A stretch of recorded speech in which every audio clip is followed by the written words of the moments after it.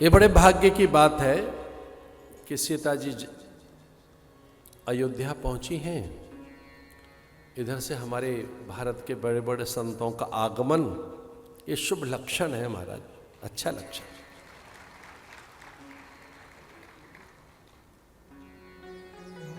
सीता जी आई और कौशल्या को लगा कि मुंह दिखाई में सीता की छवि, न्यौछावर में मूल्यवान वस्तु कुछ है ही नहीं हमारे पास, इसलिए उन्होंने राम को ही दे दिया उनको कि मैं तुझे राम को ही देती हूं, आज से मेरा सर्वस्व जो था वो तेरा हो गया।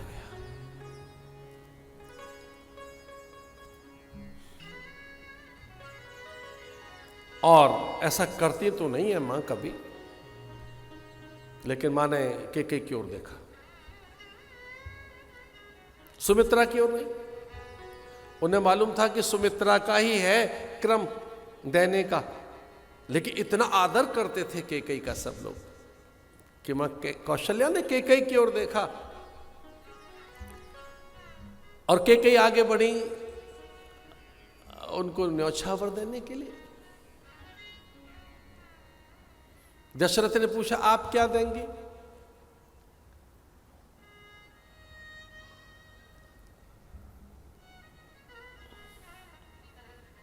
तो जैसे ये समाचार आए थे कि राम ने धनुष भंग कर दिया है,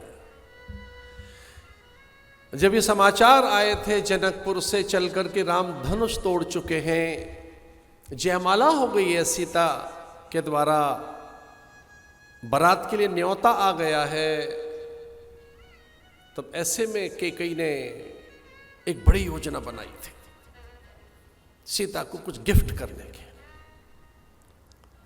एक बड़ी योजना।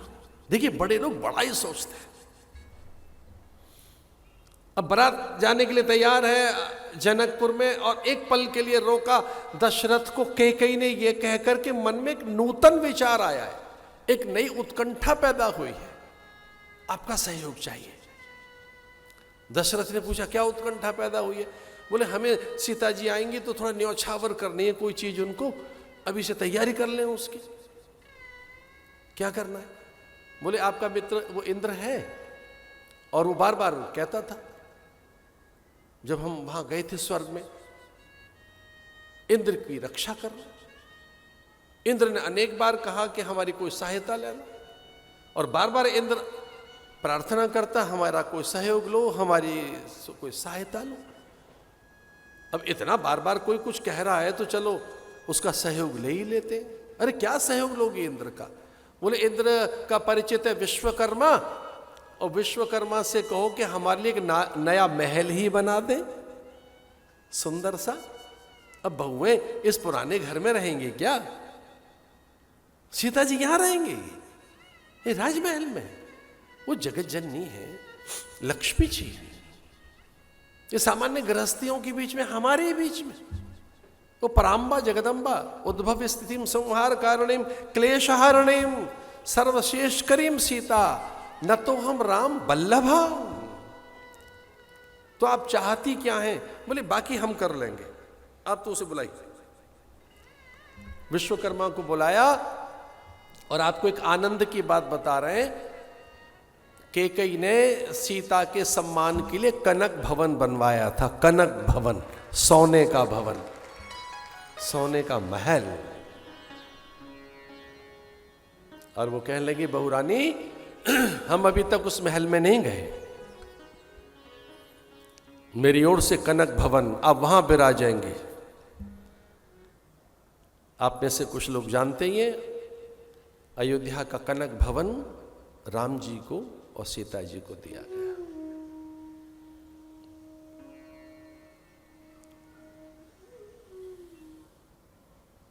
मुंह दिखाई धन्य है ऐसा कहकर दशरथ उस छवि पर मुग्ध हो गए, और गुरुदेव से कहने लगे महाराज इन्हें आशीष दे दो। अच्छा गुरुजी समझदार थे, उन्होंने कहा यहां ज्यादा देर रहना ठीक नहीं है। गुरुदेव ने कहा वे मेरे बहुत आशीष है, फलो फूलो आगे बढ़ो, ऐसा कहकर गुरुदेव निकल गए। अच्छा सुमंत्र को भी लगा कि भाई मैं सचिव हूं, सब बात सही है, पर यहां राजा रानी रहे तो ठीक रहेगा। तो सचिव और सेवक भी चले गए। अब अकेले राजा और रानियां, 4 कुमार और वो 4 कुमारियां। अब कुछ तो कहना था। कौशल्या ने पूछा, देव कुछ कहना था क्या? कुछ चूक हो गई क्या? कुछ हमसे भूल हो गई क्या? कोई नेक आचार में अब कुछ अगला क्रम क्या है, करना क्या है? तो राजा दशरथ ने ऐसी बात समझाने के लिए कह दिया, कह रहे वो बहू को मुंह दिखाई दे दो कुछ। भाई कुछ तो कहना ही था। और हाँ, उन्हें याद आया, रे तो भाई हमने दिया ही नहीं कुछ, हमें देना चाहिए। और कौशल्या आंखें बंद करके विचार करने लगी कि क्या दें सीता को। मुख छवि का न्यौछावर क्या करें, भेंट क्या करें।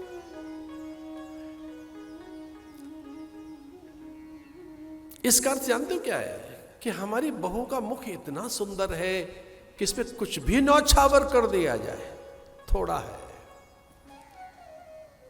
तो मां कौशल्या मणियों पर विचार करने लगी। उन्हें लगा कि कोष में क्या क्या होगा, कौन सी मणियां होंगी, कौन से रत्न होंगे। वो स्वर्ण पर तो विचार कर ही नहीं रही, मणियों पर विचार कर रही, कौन सी मणि दी जाए।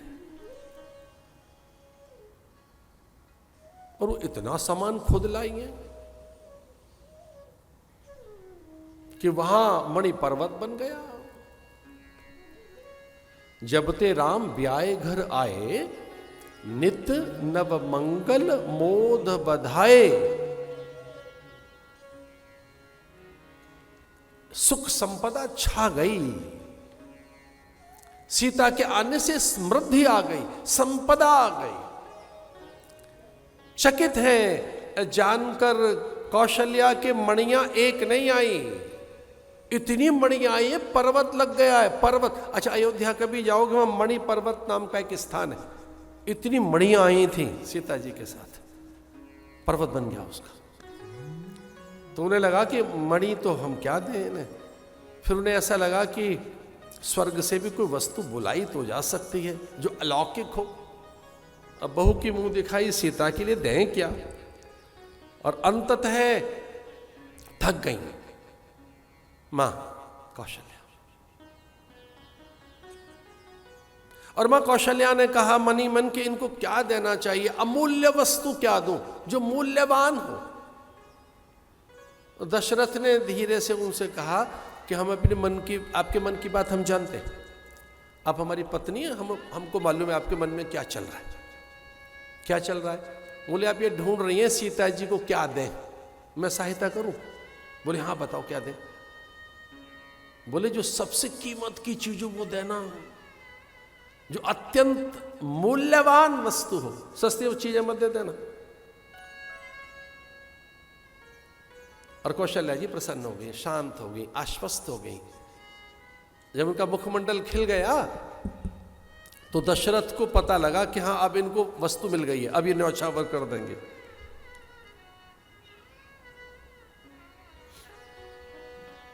दशरथ को पास बुलाया, बोले आओ इकट्ठी न्यौछावर करते, इकट्ठी मुंह दिखाई देते हैं।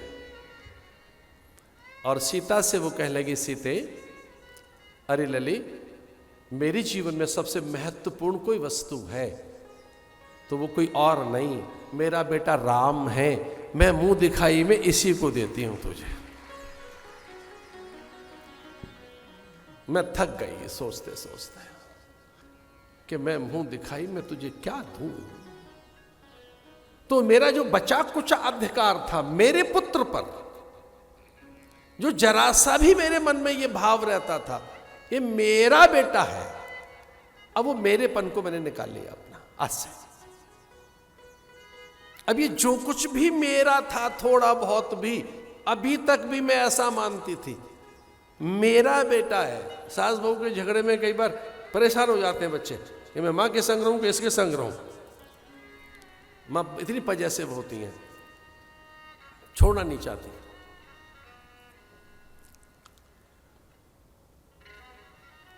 दशरथ जी ने बायां हाथ पकड़ा, कौशल्या ने दायां हाथ पकड़ा और सीता जी को सौंप दिया। सीता जी धन्य है ऐसा कहकर आनंदित हुई।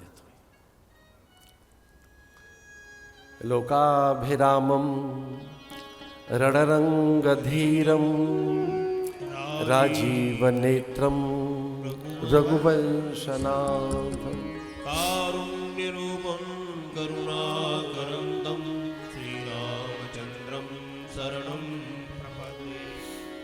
रामो राजमणि सदा विजयते रामं रमेशं भजे। रामेणाभिहता निशाचरतमो रामाय तस्मै नमः।